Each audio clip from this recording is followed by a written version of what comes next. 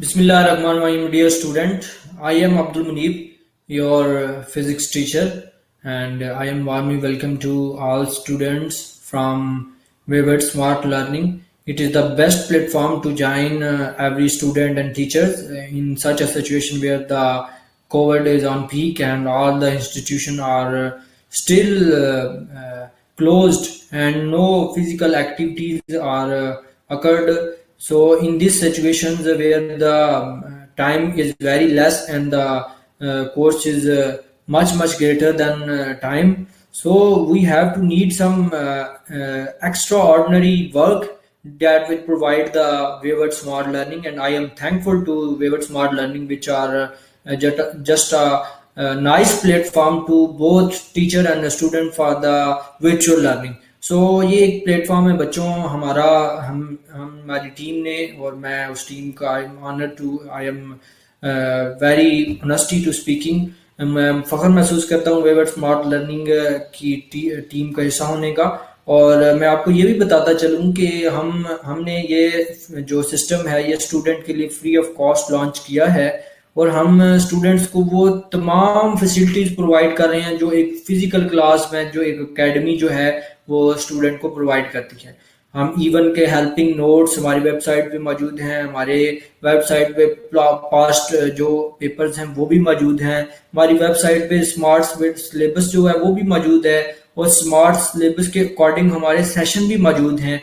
So these are all things are for you student. So kindly please register yourself और जिन्होंने register किया है जो ये क्लास को रिकॉर्डिंग को सुनेंगे kindly be on live class join किया करें ताकि आप ज्यादा से ज्यादा क्वेश्चन कर सकें और हमें ज्यादा से ज्यादा क्वेश्चन आंसरिंग का मौका मिल सके। सो आई एम हैप्पी टू सी जब मैं बड़ा खुश होता हूँ कि जब मुझे मेरी क्लास में स्टूडेंट आते हैं और स्टूडेंट जो है वो क्वेश्चन करते हैं और मैं ये समझ रहा होता हूँ कि मैं समझा रहा हूँ स्टूडेंट को। सो आई होप यू अंडरस्टैंड और आपको ये गोल्डन टाइम है। So let's start this time और जितना टाइम जो है वो हमारी कौम ने जो है वो तबाह कर दिया है यानी कि हमने ज़ाया कर दिया है, अब इस टाइम को मजीद मत ज़ाया करें और एक लर्निंग प्लेटफॉर्म जो आपको फ्री ऑफ कॉस्ट मुहैया किया जा रहा है उस पर आप ज्वाइन करें और अपने आप को ग्रूम करें और अपने आप को कोविड की सिचुएशन में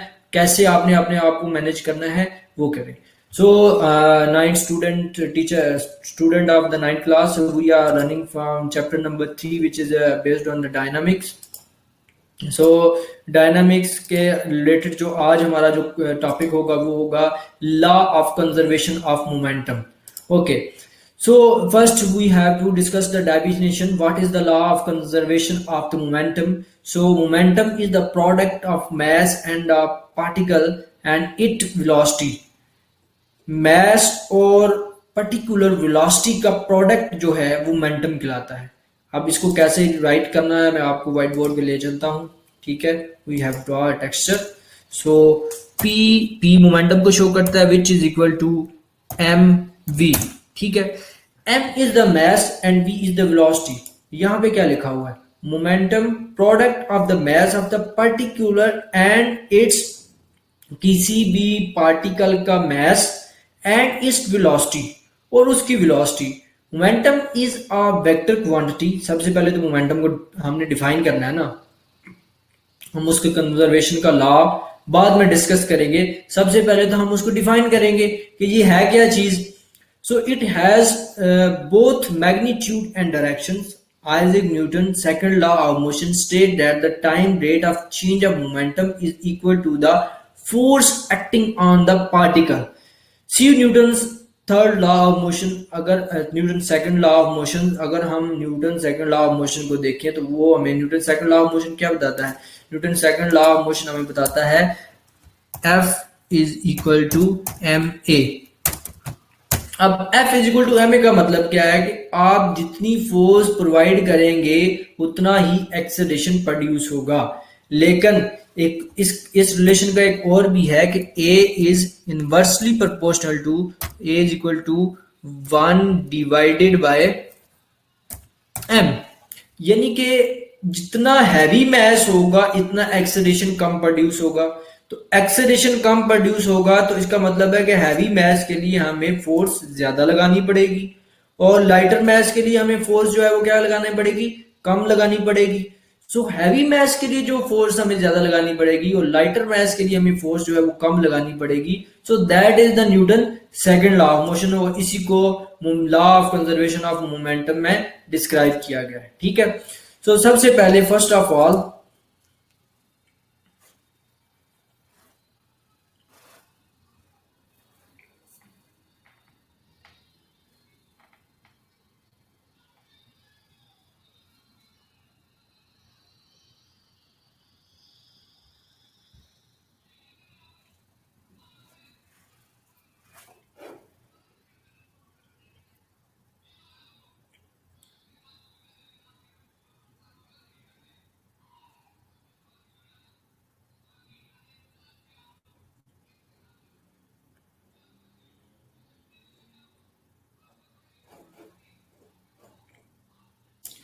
so law of conservation of momentum को हम डिस्कस करेंगे। So force and the momentum, consider a body of mass m, हमने कोई बॉडी लेनी है जिसका मैस m है, मूविंग विद इनिशियल वेलोसिटी, जिसकी इनिशियल वेलोसिटी vi है। Let a force f act on the body, कोई फोर्स f जो है उस बॉडी पे एक्ट करती है, which produces an acceleration a in this change the velocity of the body, lets its final velocity after time t become vf. So if pi and pf is initial momentum and final momentum, अब हो क्या रहा है, हो ये रहा है कि कोई बॉडी है, लेट्स सपोज, अब एग्जांपल मैं देता हूँ, that is the glass, glass is a body और एनी पर्टिकुलर पार्टिकल, ठीक है, जिसकी हम बात करें, ये रेस्ट पे है, ये स्टेबल पे है, ये रेस्ट पे है। ओके, इसकी इनिशियल वेलोसिटी क्या है, जीरो है, यानी कि वो वेलोसिटी नहीं अटेन कर रहा, वो रेस्ट पे पड़ा हुआ है। इसका इनिशियल मोमेंटम भी जीरो होगा, क्योंकि इस पे फोर्स ही नहीं लग रही। फोर्स लगेगी तो मोमेंटम प्रोड्यूस होगा ना। तो जब बॉडी एक रेस्ट पे है तो इसका मतलब है उसकी इनिशियल वेलोसिटी जीरो है। So let the force act on that body, force act की, मेरे हाथ ने फोर्स एक्ट की इसको अब उठाने के लिए, तो मेरे हाथ की ये फोर्स है ना। तो जब फोर्स प्रोवाइड करेंगे, ये मैस तो उसी तरह रहना है, ठीक है। तो मोमेंटम कब प्रोड्यूस होता है, जब फोर्स अप्लाइड करेंगे तो उसमें चेंज आएगा वेलोसिटी का। पहले वो टेबल पे था तो उसकी वेलोसिटी जीरो थी, जब मैंने हाथ ने वर्क किया, फोर्स लगाई, तो उसकी कुछ ना कुछ वेलोसिटी होगी। तो उसकी जो वेलोसिटी होगी बेसिकली वो डिनोट करेगी, मैस तो सेम रहेगा। लेट्स सपोज इसका मैस जो है वो हाफ के जी है, लेट्स सपोज 500 ग्राम इसका मैस है, 200 ग्राम कर लें, 200 ग्राम इसका मैस है, तो इसका मैस तो 200 ग्राम ही रहेगा। लेकिन जब इस पे फोर्स अप्लाई करेंगे तो इसमें वेलोसिटी प्रोड्यूस होगी, तो वेलोसिटी के प्रोड्यूस होने की वजह से इसका मोमेंटम प्रोड्यूस होगा। तो हमने चेक करना है कि जब इसकी इनिशियल वेलोसिटी थी तो इसका इनिशियल मोमेंटम क्या था, इसी तरह इसकी फाइनल वेलोसिटी थी तो इसका फाइनल मोमेंटम क्या था, और फोर्स के साथ मोमेंटम का क्या रिलेशन है। Basically law of conservation of momentum में हमने ये एक्सप्लेन करना है। Okay, so we are going to next slide. Next slide, final momentum of the body related to initial and final velocity respectively. जो final momentum of the body होगा वो initial and final velocity respectively होगा, ठीक है। जो final momentum of the body होगा वो relate किससे करेगा, इनिशियल और final momentum of final velocity, जो कि रिस्पेक्टिवली है, ठीक है। सो हमारे पास टी आई हमारे पास इनिशियल मोमेंटम है, और हमारे पास उसकी जो मैस और वेलोसिटी है वो वी आई है, और पी एफ जो फाइनल मोमेंटम है मैस और वेलोसिटी का, ठीक है। तो ये पी आई जो है वो किसको इक्वल है, एम वी आई की, और पी एफ किसकी इक्वल है, एम वी एफ के, ठीक है। तो इन दो बातों को हमने क्या करना है, इन दो बातों को हमने माइंड में रखना है इक्वेशन बनाते हुए, ठीक है। Sorry to I have cut here and rewrite. हमने इन दो बातों को माइंड में रखना है, ठीक है। अच्छा, इसको आपने माइंड में रखना है तो इसको हम स्टार कह देते हैं, ठीक है।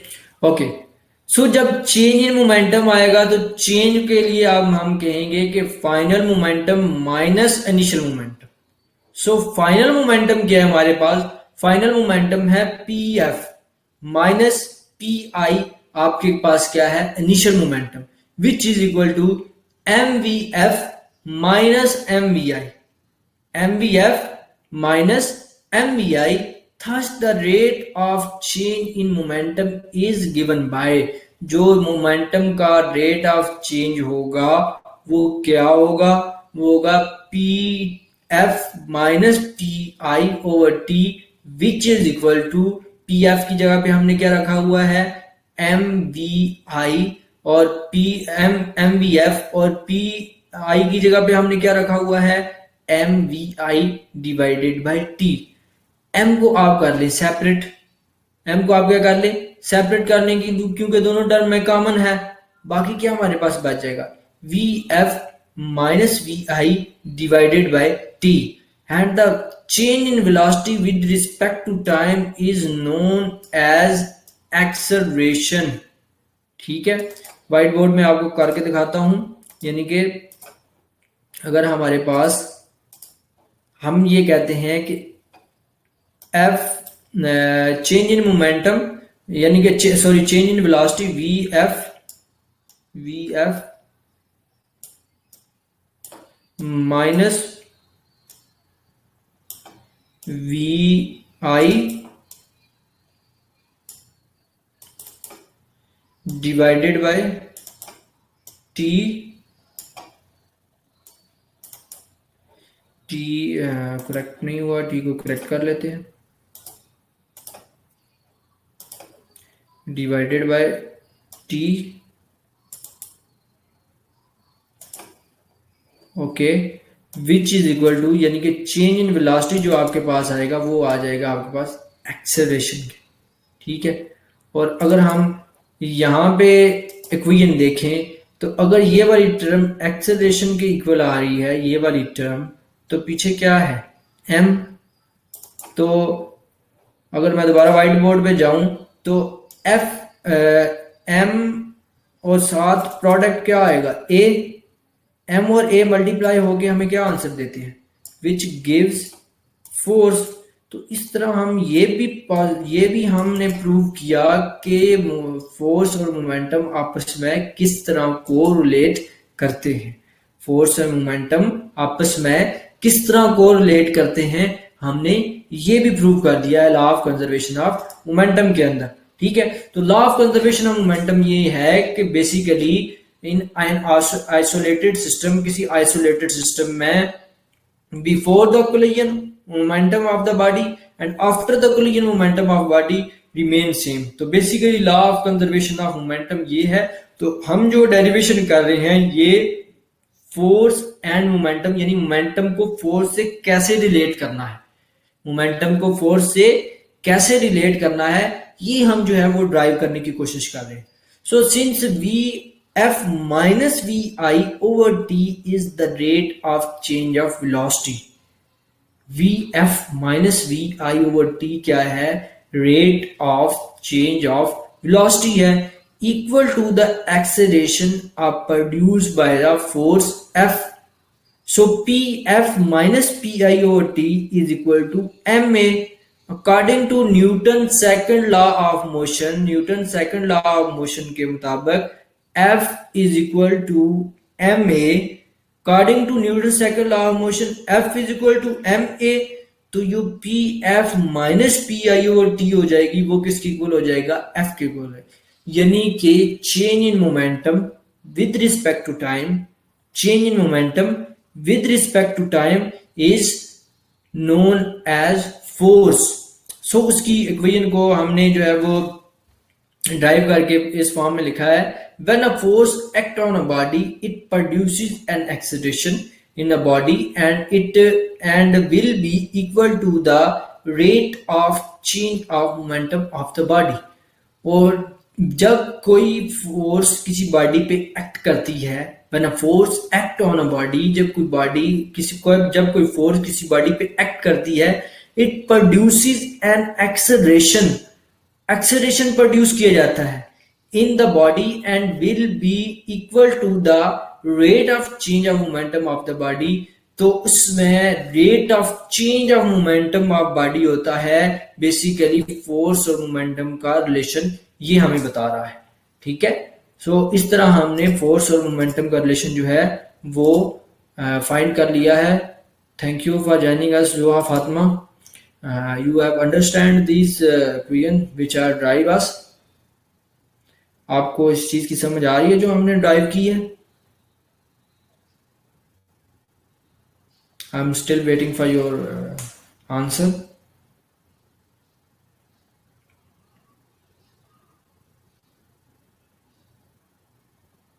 जोहा Fatima, are you listen me?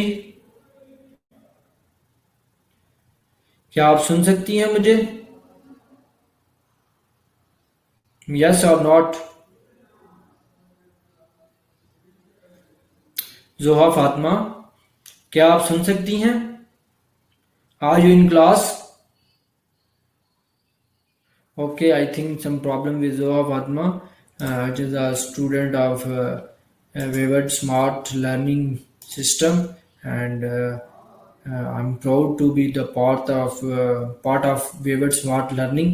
So kindly, if you hear my voice, so kindly answer me कि मैंने ये law of conservation of momentum जो है वो इसको जो है वो ड्राइव किया है। क्या आपको इनकी समझ आई है?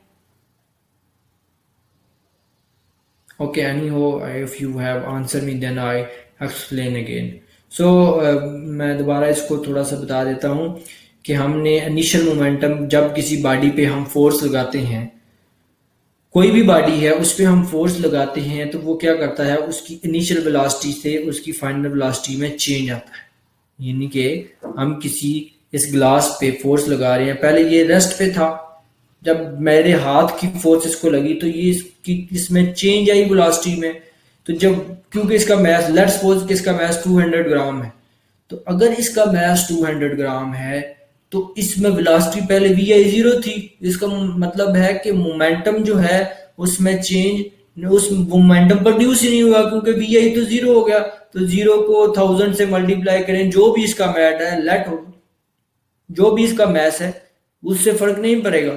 लेकिन जब तक उसकी वेलोसिटी इंक्रीज करेंगे, जब उसकी वेलोसिटी हम डायमेंश करेंगे, जब उसकी वेलोसिटी हम इसमें पुट करेंगे, यानी कि वेलोसिटी कैसे अटेन करेगा, जब इस पे कोई अप्लाइड फोर्स लगेगी। तो जब इस पे अप्लाइड फोर्स लगेगी तब इसकी वेलोसिटी चेंज होगी। तो वेलोसिटी चेंज होने का मतलब है mass, the product of mass and velocity known as momentum. तो मोमेंटम का चेंज होना, तो change in momentum relate with force, क्योंकि फोर्स की अप्लाई करने से मोमेंटम में चेंज आया है किसी लम्हे। तो बेसिकली ये डेरिवेशन है।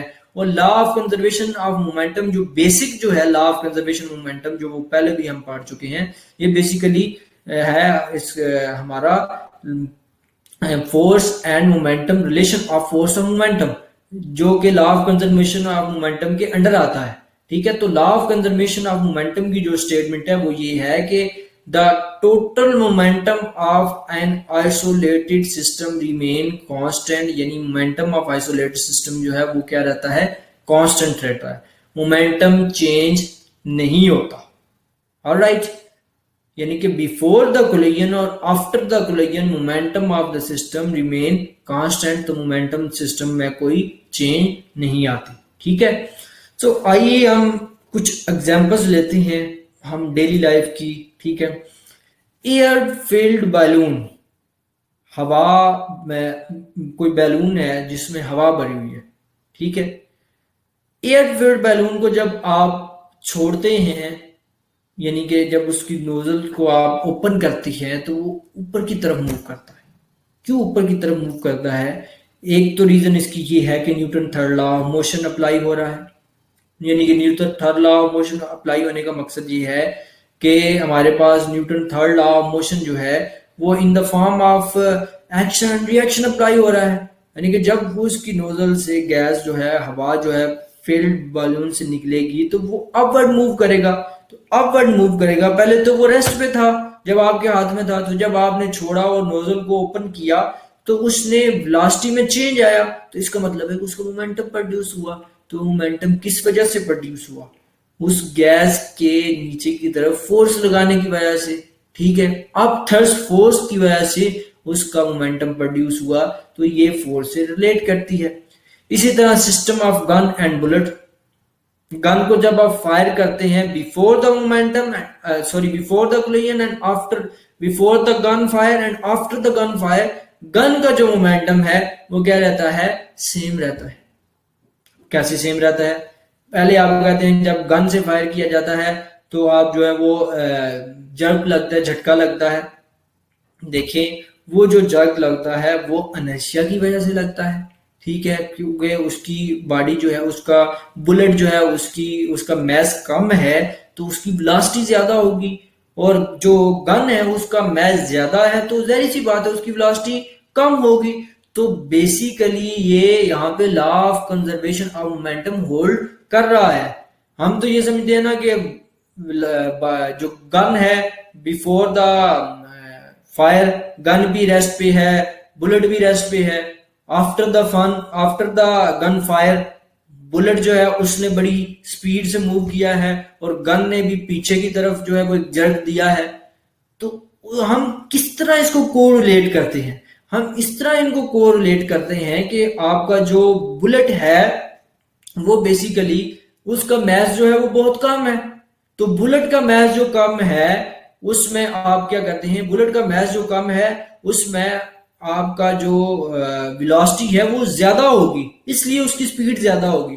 अब उसके रिलेटिव, बुलेट के रिलेटिव जब आप गन की बात करते हैं तो पीछे की तरफ जर्क लगता है, तो उसका मतलब है कि वेलोसिटी की मतलब है गन में भी मोमेंटम चेंज आया। लेकिन क्योंकि गन का मैस बहुत ज्यादा है as compare to bullet, that's why उसकी वेलोसिटी जो है वो कम होगी, तो उसकी फाइनल वेलोसिटी जो है वो कम होगी। तो हम यूं कह सकते हैं कि जो बुलेट है, बुलेट को मैं ये इस तरह कर देता हूं, वो उसका वी आई, ठीक है, वी आई प्राइम कह दें, ठीक है, और जो आपके पास गन है,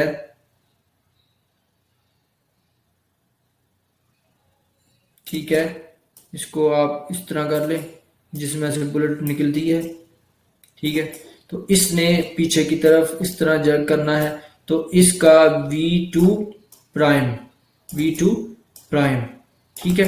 सो V2 प्राइम और V1 प्राइम मींस के इनका चेंज इन जो मोमेंटम होगा वो रिमेन कांस्टेंट रहेगा। जितना मोमेंटम उन्होंने before the gun fire attain किया था उतना ही momentum after the gun fire होगा। So that is another example of law of conservation of momentum. Okay Zoha, Fatima, आपको समझ आ रही है? I think you are, I suppose you are here. इससे ज्यादा मैं कुछ नहीं कर सकता। Motion of the rocket, motion of rocket को मोशन ऑफ रॉकेट को law of conservation of momentum से कैसे हम एक्सप्लेन कर सकते हैं?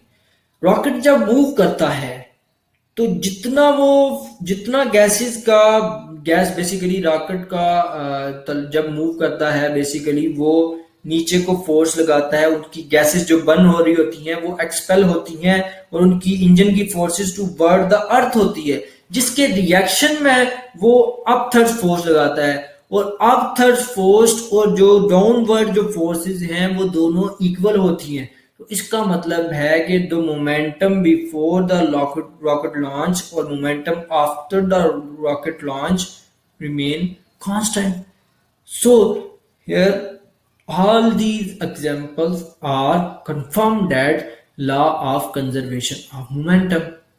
ये सारी examples law of conservation of momentum को होल्ड करती हैं, और ये सारी जो एग्जांपल्स हैं ये law of conservation of momentum के मुताबिक आपको इंफॉर्मेशन देती हैं। ठीक है। और ये डेली लाइफ की, यानी कि हम डेली लाइफ इन साइंस, हम कहते हैं ना कि साइंस इन डेली लाइफ और फिजिक्स इन डेली लाइफ, तो आप lot of things are correlate with conversation of momentum, law of conservation of momentum.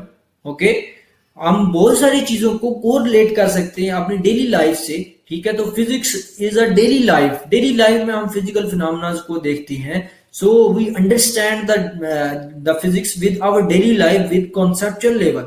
तो हमें कॉन्सेप्ट बनाना पड़ेंगे, हमें उसको रट्टे वाले जेन से निकलना पड़ेगा और हमें कॉन्सेप्चुअली ये सोचना पड़ेगा कि हमारे साथ क्या हो रहा है, हम किस तरह फिजिक्स को जो है वो कोरिलेट कर रहे हैं। ठीक है, so thank you very much. Our today lecture is over. So Zoha Fatma, can you ask any question? Feel free. Not convenient, किसी किस्म की प्रॉब्लम के बगैर कोई भी क्वेश्चन आपका है आप कर सकती हैं। एंड आई अप्रिशिएट कि आप लाइव सेशन ज्वाइन कर रही हैं। और मैं आपको आपके तवज्जुह से आपकी दोस्तों को जिन्होंने विवर्ट स्मार्ट लर्निंग पे अपना अकाउंट बनाया और लेक्चर जो है वो बाद में देखते हैं या लाइव सेशन में नहीं आते, तो उनके लिए मैं एक पैगाम देना चाहता हूँ